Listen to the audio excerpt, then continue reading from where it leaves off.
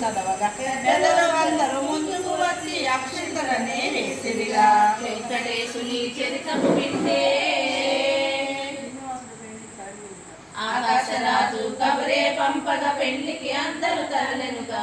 బకుళమాత ఎదురే వచ్చి గుమ్మడి పండు దిష్టి తీసే. ముందుగా తల్లికి నమస్కరించి గరుడ వాహనం ఎక్కిన స్వామి బంగారు పల్లకి ఎక్కి బకుళ కొడుకు వెంటనే పైరామయ్యే. పరమేశ్వరుడే పార్వతితోనూ నంది వాహనం ఎక్కెనుగా.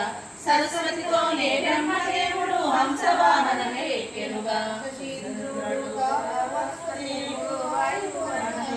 సూర్యుడు చంద్రుడు అగ్నిదేవుడు వారులతోనే పయనమయ్యే.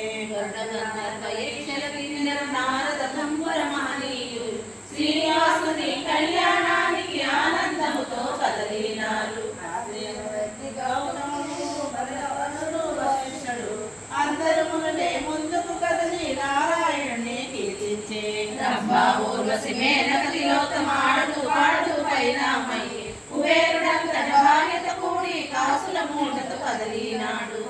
దూరం వారులు తీరి వంచనాలే వైరవే. శేషాచలమే వదిలి వారు పద్మతీర్థమే చేరున్నారు. వెంకటేశుని చరితము వింటే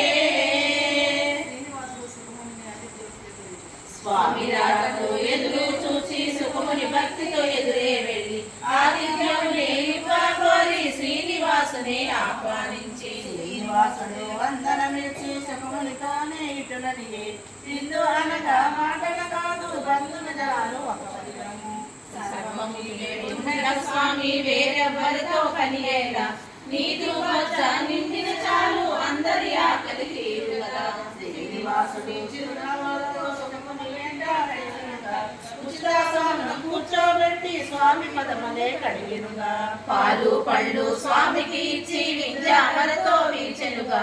శ్రీనివాసుడే ఆరగించగా బంధు జనాలకు రేపులు వచ్చే. సుఖముని జన్మ ధన్యము అంటూ దేవతలందరూ పలికెనుగా. సుఖముని వద్ద శరము గైకుని శ్రీనివాసుడే పరిణయమయ్యే. వెంకటేశ